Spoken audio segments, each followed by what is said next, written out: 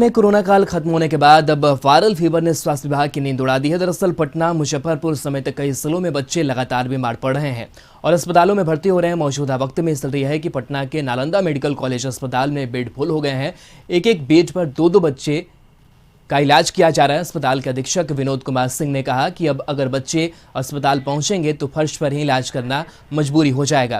दरअसल बात सिर्फ पटना की नहीं है, मुजफ्फरपुर के एसकेएमसीएच में भी 230 बच्चे अस्पताल में भर्ती हैं।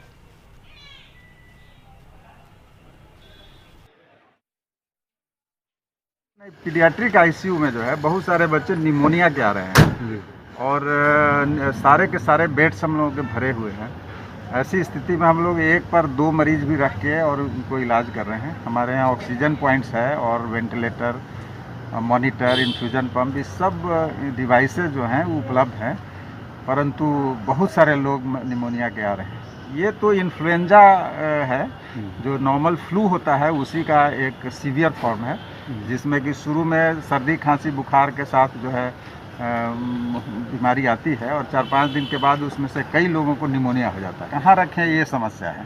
ऐसी स्थिति में हम लोग एक पर दो बच्चे रख के इलाज कर रहे हैं, क्योंकि बच्चे छोटे होते हैं और उन बड़े बेड्स हमारे 6 फीट 6.5 फीट के होते हैं, तो उसमें भी हम लोग काम करते हैं और जो हमारे लोग हैं, जो बच्चे आ रहे हैं, उनके इलाज कर रहे हैं हमारे डॉक्टर।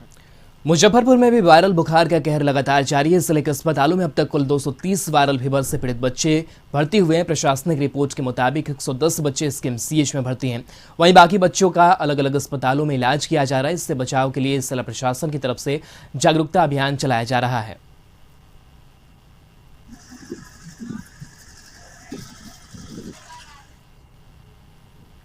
इस बीच बड़ी खबर, जहां पटना सिटी में सीएसपी में दिन दहाड़े लूट हुई। हथियार के बल पर 2 लाख रुपए की लूट हुई है। खुसरूपुर स्वास्थ्य केंद्र के सामने इस वारदात को अपराधियों ने अंजाम दिया है। तो पटना सिटी से बड़ी खबर, जहां सीएसपी से लूट की खबर सामने आ रही है। दिन दहाड़े यह लूट हुई है। हथियार के बल पर 2 लाख रुपए की लूट की गई है। खुसरूपुर स्वास्थ्य केंद्र के सामने इस वारदात को अंजाम दिया गया है, जहां सीएसपी से 2 लाख रुपए की लूट की गई है। दिन दहाड़े यह लूट, हथियार के बल पर रुपयों की लूट की गई है।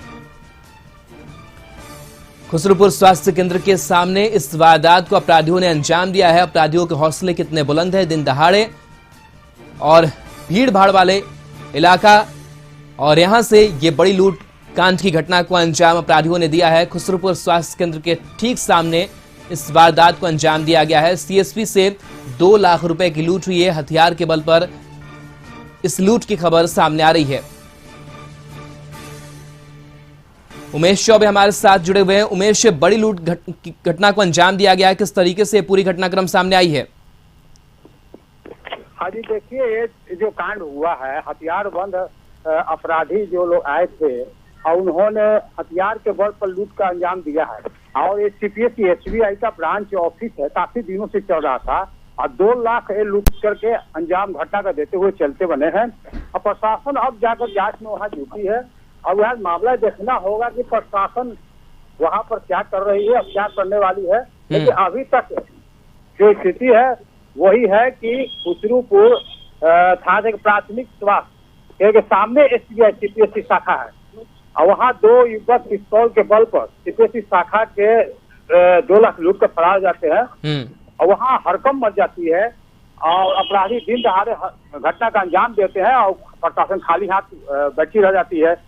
तफ्तीश जारी, तफ्तीश जारी है। कब तक तफ्तीश जारी रहेगी अब देखना है और घटना को अंजाम देने वाले अपराधी पकड़ में आते हैं कि नहीं आते हैं, अब ये देखना है राहुल कि जिस तरह से अपराधी अंजाम घटना को दे रहे हैं और देते चले जाते हैं। बिल्कुल, तो ये देखने वाली बात होगी किस तरीके से प्रशासन इस पर एक्शन लेता है और इनको धर दबोचा जाता है। शुक्रिया तमाम जानकारी के लिए। लोजपा नेता चिराग पासवान अपने पिता रामविलास पासवान की पहली पुण्यतिथि 12 सितंबर को मनाएंगे। पुण्यतिथि कार्यक्रम में आने के लिए चिराग ने कई नेताओं को निमंत्रण दिया है। चिराग ने राजभवन पहुंचकर राज्यपाल को कार्यक्रम में आने का निमंत्रण पत्र दिया। चिराग ने पूर्व सीएम जीतन राम मांझी को भी आने का न्योता दिया है। चिराग ने कहा कि पिताजी के साथ जिन्होंने काम किया है उन सभी को निमंत्रण देने का काम किया है। सोनिया गांधी, राहुल गांधी समेत देश के वरिष्ठ नेताओं को आने का निमंत्रण दिया गया है। उन्होंने बताया कि सीएम नीतीश को भी निमंत्रण देने के लिए समय मांगा है। 5-6 दिन हो गए हैं, मुझे अभी तक समय नहीं मिला है।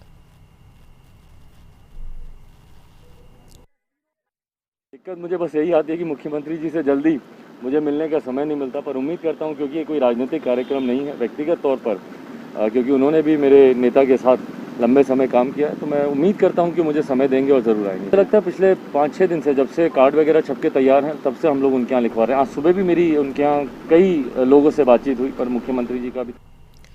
सुपौल सदर थाना क्षेत्र के वार्ड 18 इस्लामपुर में अहले सुबह सनसनीखेज मामला सामने आया है, जहां एक बेरहम पड़ोसी ने घर के सामने से गुजर रही 6 साल की मासूम बच्ची की हत्या कर शव को उसके ही घर में दफना दिया। पीड़ित परिजन मोहम्मद हसन का आरोप है कि उसके 6 साल की मासूम बेटी सानिया उर्फ आमना उस समय आरोपी मोहम्मद राशिद के घर के सामने से गुजर रही थी और सानिया ने आरोपी को उसके अपने ही घर में चोरी करते देख लिया। कहा गया कि इसी से बचने के लिए आरोपी राशिद ने बच्ची को अपने कब्जे में लेकर पहले तो गला रेतकर उसकी हत्या कर दी, फिर उसकी लाश को घर में ही दफन कर दिया ताकि किसी को भनक नहीं लग सके। इधर जब देर रात तक सानिया के उसके परिजन ने खोजबीन की, कहीं नहीं मिली, तो आरोपी के घर की तलाशी के क्रम में देखा कि उसके घर की मिट्टी के नीचे कुछ छुपाया गया है। खोदने पर सानिया की लाश निकली, जिसके बाद सूचना पर पहुंची पुलिस ने शव को कब्जे में लेकर आगे की कार्रवाई करने में जुटी हुई है। बताया गया है कि आरोपी बदमाश किस्म का है और कई बार चोरी छिनतई के आरोप में जेल जा चुका है। अपने घर में जो चोरी करा तो बच्चा उधर से क्रॉस किया है तो देख गया होगा बच्चा, बस वो बच्चा को ही झपट के अंदर कर लिया। अब उसके बाद जो बच्चा को काट के जगह करके घर में गाड़ दिया। अभी प्रकाश में आया है, लड़की का शव जो है, बच्ची है, करीब 6 साल 7 साल की होगी, उसका शव बरामद कर लिया गया है। बरामद करके पोस्टमार्टम के लिए भेजा गया है। परिजनों के द्वारा एक लड़के के ऊपर आरोप लगाया गया है, वो गिरफ्तार हो चुका है, उससे पूछताछ किया जाए। मुंगेर में तारापुर थानाध्यक्ष राजेश कुमार अंचल ने गुप्त सूचना पर अपराधी रोशन यादव गिरफ्तार किया है। तारापुर एसडीपीओ पंकज कुमार ने कहा है कि गिरफ्तार अपराध कर्मी की आपराधिक गतिविधि बढ़ी हुई थी, इसके विरुद्ध कई थानों में केस दर्ज किया गया है।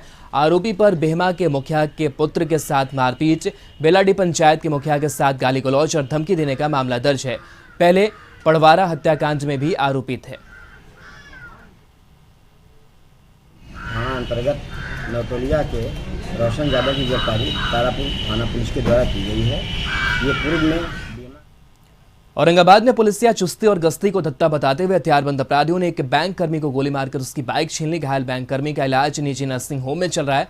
बैंक कर्मी की पहचान जमहोर के राजीव रंजन के रूप में की गई है। प्राप्त जानकारी के मुताबिक घायल हुए बैंक कर्मी एसबीआई बैंक से अपना काम निपटाकर मंगलवार की शाम अपने घर जमोर जा रहा था। इसी क्रम में खैरा खैरी की गांव के समीप बाइक सवार 2 अपराधी पीछा करते हुए उनके समीप पहुंचे और बैंक कर्मी को गोली मार दी। गोपालगंज में एक बार फिर से तेज रफ्तार का कहर देखने को मिला है, जहां दिल्ली जा रही बस ने नेशनल हाईवे पर बालू लदे ट्रक में टक्कर मार दी। इस हादसे में बस के खलासी की मौत हो गई, वहीं 1 दर्जन से अधिक यात्री घायल हो गए।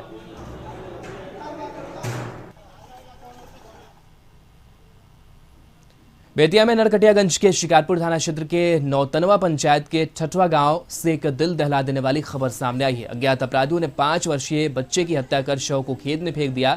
चारा लेने गए लोगों ने गन्ने के खेत में देखा कि बच्चा का शव पड़ा हुआ है, जिसके बाद लोगों ने पुलिस को मामले की जानकारी दी।